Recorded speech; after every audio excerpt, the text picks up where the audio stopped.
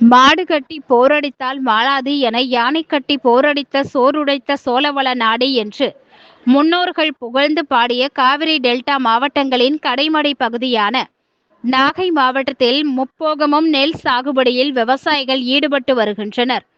1,00,000 ஏக்கரில் முதல் போகமான குறுவை சாகுபடி செய்யப்பட்டு அறுவடை பணிகள் முடிவடைந்த நிலையில் தற்போது இரண்டாம் மூன்றாம் போகமான சம்பா தாளடி சாகுபடியில் விவசாயிகள் ஈடுபட்டு வருகின்றனர். பெரும்பான்மையான விவசாயிகள் நேரடி விதைப்பு மூலமாக சாகுபடி செய்தாலும் பாரம்பரியமாக விவசாயம் செய்யும் விவசாயிகள் நடவு சாகுபடி ஆர்வம் காட்டி வருகின்றனர். நடவுக்காக விடப்பட்ட நாற்று வளர்ந்த நிலையில் தற்போது நடவு பணிகள் தொடங்கியுள்ளது.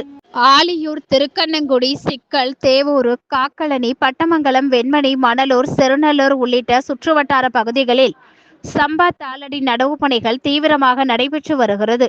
தற்போது நாகை மாவட்டத்தில் மழை பெய்து வந்தாலும் ஆலியூரில் நடவு பணியில் ஈடுபட்டுள்ள பெண்கள் மழை குளிர் தெரியாமல் இருக்க சினிமா கிராமிய பாடல்களை பாடியபடி நடவு பணிகளில் ஈடுபட்டனர். ஒரு பெண் ராகம் இழுத்து பாட அதை மற்ற பெண்கள் வாங்கி உற்சாகமாக பாடி மகிழ்ந்தனர். எத்தனையோ மேற்கத்திய இசை பாடல்கள் இணையத்தில் வலம் வந்தாலும் இது போன்ற மண்மனம் மாறாத வெள்ளந்தி மக்களின் குரலில் ஒலிக்கும் தெம்மாங்கு பாடல்கள் தான் மண்ணையும் மனங்களையும் புத்துணர்ச்சியாக வைத்திருக்கிறது என்பது மிகையாகாது.